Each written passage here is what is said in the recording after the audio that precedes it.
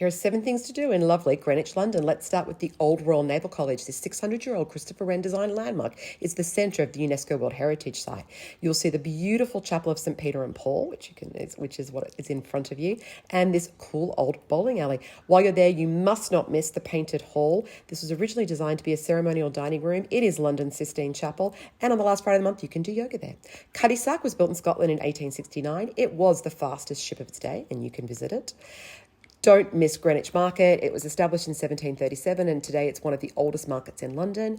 There's so much to do at this wonderful market. There's loads and loads of fantastic bakeries. There's street food. There's fudge that's made in front of you. There's brisket, as you can see here. There's Dutch donuts. There's amazing sweet shops. There are beautiful crafts, even and things for your dogs. I loved these beautiful handmade books, some gorgeous crocheted hats, just beautiful, unique designs everywhere. These crocheted flowers were an absolute highlight for me. The largest museum of its kind in the world, the National Maritime Museum, allows guests to discover ships and boats of all shapes and sizes. It also includes the famous Turner's Battle of Trafalgar artwork, as well as the biggest ship in a bottle I've certainly ever seen.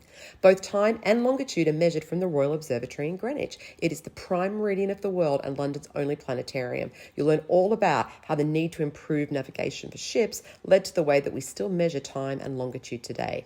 Then also, in addition to all the detail that sits behind that, there's some absolutely stunning views over London that I think you'll love.